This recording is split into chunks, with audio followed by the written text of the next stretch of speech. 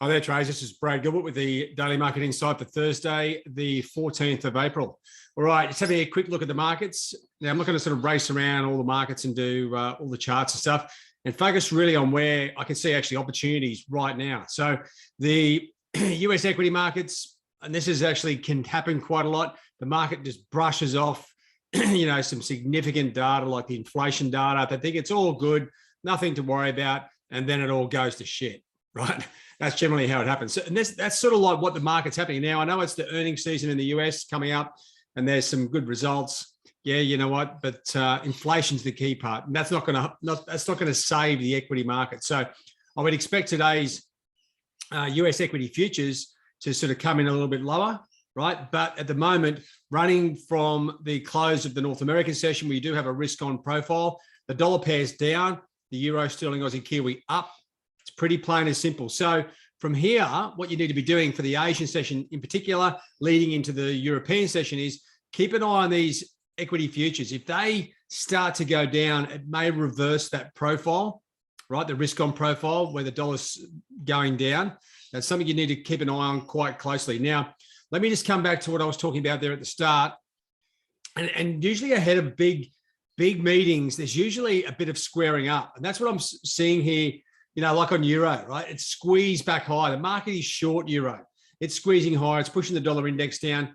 The gold still heading up. Oil, both light and Brent, both heading higher again, right? That's market's obviously got itself short oil and it's squeezing higher. The equity markets, well, you know what? If you look at the charts, they are in the middle of nowhere, right? So don't get fooled by price action and just days up, days down. Overall, it looks messy, but they are trading mid-range. Bitcoin's found a few fans and back above 40,000, and the commodities market sort of going up, right? That's your global market coverage, covering all different sort of asset classes.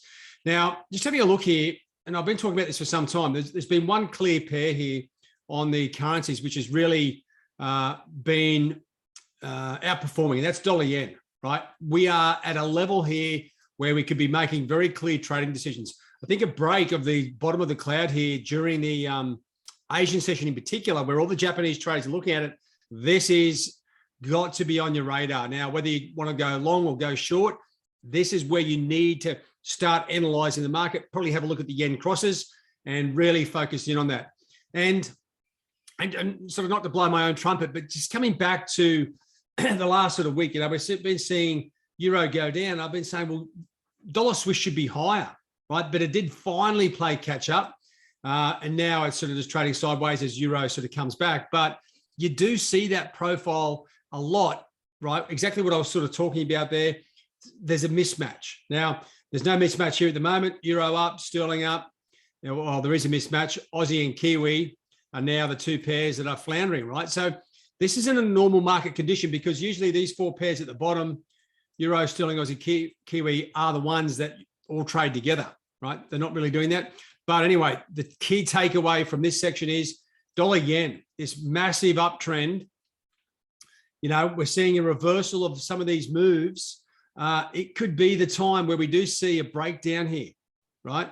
The equity markets may be the key to it.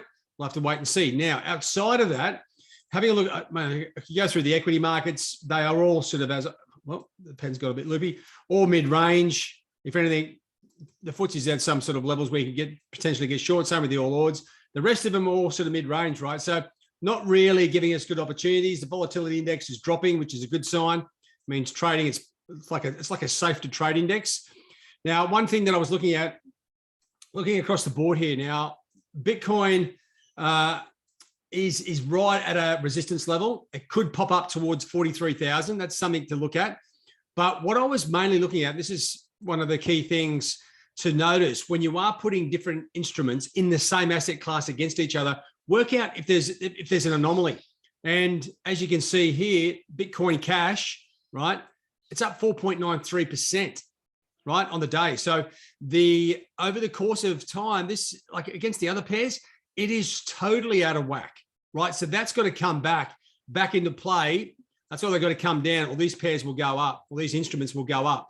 Now, I know they're slightly different to the majors, but they trade basically the same.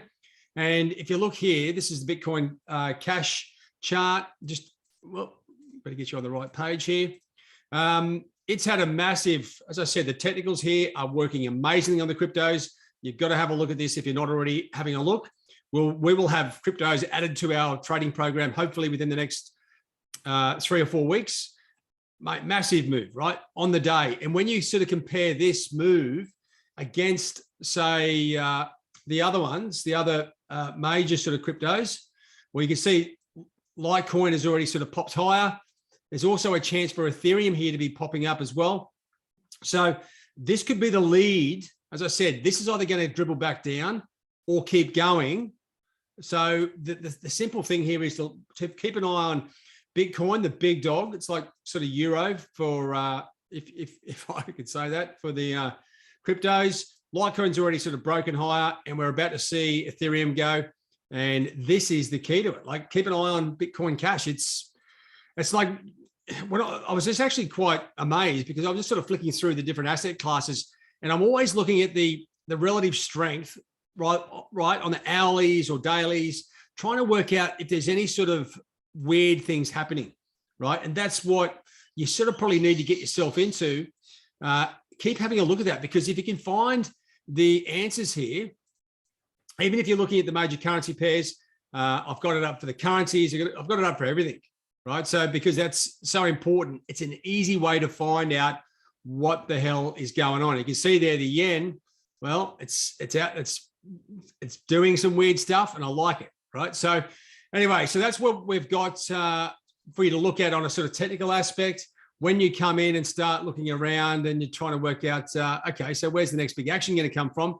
Well, clearly it's the ECB meeting today, right? The Bank of Canada, okay, raised by 0.5%. Was that expected? No, it wasn't. But we did see a really clinical move there on dollar CAD down. Okay, everyone just rushed in and bought CAD, made a lot of sense. So expect the unexpected from the central banks at the moment. That's the key to this. The RBNZ went the day before. We've got Aussie employment numbers. The RBA won't be far behind these other central banks. And most importantly, if I can redraw that, the ECB today. No change expected, right? I'd be expecting a change after what all the central banks are doing. I know the ECB is a little bit more further behind, but prepare for that. If they do, well, euro's going to go up. And it looks like the market is already anticipating that, right? Because we've seen the move higher in euro, and everything's going with it, right? So hold on to your hats. This is going to get a little bit more exciting just yet, and we'll see how it plays out. This is the power of using something like Zenith. You need all these instruments in front of you to see, so you can connect the dots. It's like, I know it's like looking at the matrix, but if you know how to read the matrix, trading can become very easy, right? So my tips for today: get on the, keep an eye on dollar yen, potential breakdown, and a potential break up in the cryptos. And of course, keep an eye on euro and euro crosses as we go through the day. All right, guys, have a good one. All the best. Cheerio.